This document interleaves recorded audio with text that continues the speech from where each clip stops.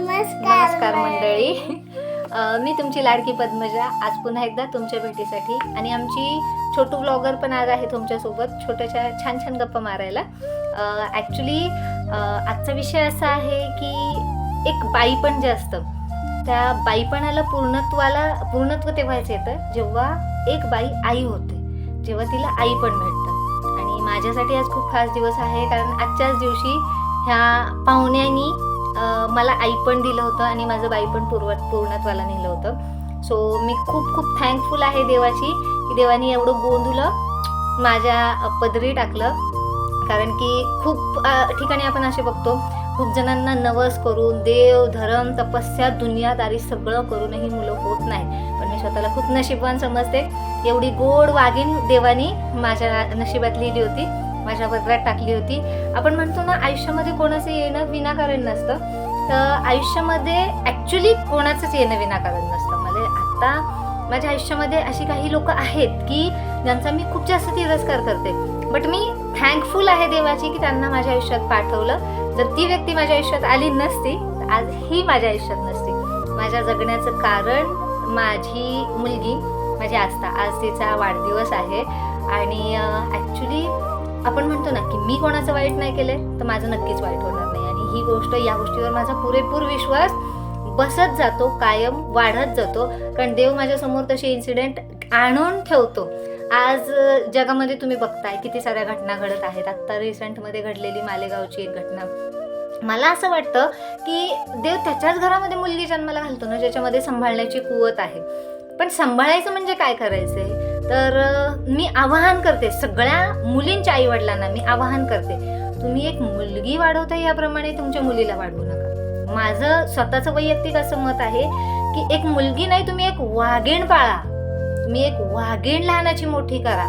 आज गरज आहे, आज जितका क्रूर जितका कर्मदरिद्री समाज आहे ना त्या समाजामध्ये वावरण्यासाठी तुम्हाला तुमची मुलगी नाही लहानाची मोठी करायची, एक वाघीण लहानाची मोठी करायची.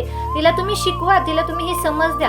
आपण मुलींना शिकवतो समाजामध्ये कसं वागायचं, कसं वावरायचं. लहानाचं मोठं होण्यापासून म्हणजे आपण प्रत्येक गोष्टीला रोकटोक करतो की चार लोक आल्यावर तू असं हसलं पाहिजे, तू असं हसलं नाही पाहिजे, तू असं उठलं पाहिजे, असं बोललं पाहिजे. तुम्ही सगळं शिकवा, माझी काहीही हरकत नाही. पण तुम्ही तुमच्या मुलीला हे शिकवायला कधीच विसरू नका जिथे तिची चूक नाही, जिथे एखादी गोष्ट तिला वाटतंय ती चुकीची होतीये तिथे अन्यायाविरुद्ध आवाज उठवला पाहिजे. आणि त्या अन्यायाला बळी न पडता त्याला सामोरं कसं जाता येईल हे तुम्ही तुमच्या मुलीला नक्कीच शिकवा. मी आज माझा हाच प्रयत्न राहील आणि मी देवाकडे हीच प्रार्थना करेन की देवा मला इतकी ताकद दे. आज मला एक वाघीण लहानाची मोठी करायची तर त्या वाघिणीला धाकटीचं बळ दे. प्रत्येक येणाऱ्या संकटाला तोंड देण्याची बुद्धी, तेवढी सक्षम चेतन अवस्था तिच्यामध्ये येऊ दे. आणि फक्त तिच्यामध्येच नाही, आज आपण जे बघितलं समाजामध्ये ज्या काही गोष्टी घडत आहेत तर मी देवाकडे हीच प्रार्थना करेन, देवा प्रत्येक आईवडिलांना ती सद्बुद्धी दे की ते त्यांच्या मुलींना एका वाघिणीप्रमाणे पोचतील. प्रत्येक आईवडिलांनी मुलीला घराबाहेर जाताना प्रत्येक वेळी हा शब्द वापरला जाऊ दे की बाळा काहीही होऊ दे, तू कोणाचा अन्याय सहन करून येऊ नको. एखाद्याने जर तुझ्यासोबत चुकीची वर्तवणूक केली तू त्याचा मर्डर टाक, केस तुझी आई लढेल. त्यावेळेला मुली सेफ राहणार आहे. आज आपण जर मुलींना घराबाहेर निघताना सांगतोय की नीट जा, नीट ये, कोणाच्या नादी लागू नको, कोणी काय म्हटलं तरी कोणाला काही बोलू नको, तर आपण चुकीची संगोपन देतोय, आपण चुकीची शिकवण त्यांना देतोय असं मला तरी वाटतं. त्यामुळे आपण आधी आपल्या शिकवणीत सुधारणा करणं गरजेचं आहे. मी पण आजपर्यंत म्हणजे ज्या वातावरणात मी वाढले, आमच्या नशिबाने मला, माझ्या मोठ्या बहिणीला, माझे वडील असे होते ना की माझ्या वडिलांनी कोणतीच गोष्ट अशी नाही ठेवली की जी आम्हाला शिकवली नाही. म्हणजे गाडीची सर्व्हिसिंग करण्यापासून गाडी शिकवण्यापर्यंत, टू व्हीलर फोर व्हीलर दोन्ही गाड्या शिकवणं, इवन जर वेळ प्रसंगी कधी बाळा तुम्ही गाडी कुठे घेऊन गेला आणि गाडी पंक्चर झाली तर त्याचा टायर कसा बदलायचा, स्टेपनी कशी चेंज करायची, इथपर्यंत माझ्या वडिलांनी मला आणि माझ्या मुलीला माझ्या बहिणीला शिकवण दिली होती. म्हणजे त्यांनी आम्हाला कधी हे जाणवून नाही दिलं की तुम्ही मुली आहेत, तुम्ही ह्या गोष्टीमध्ये मागे राहिलं पाहिजे किंवा तुम्ही फक्त चूल आणि मूल इतका तुमचा संसार असेल.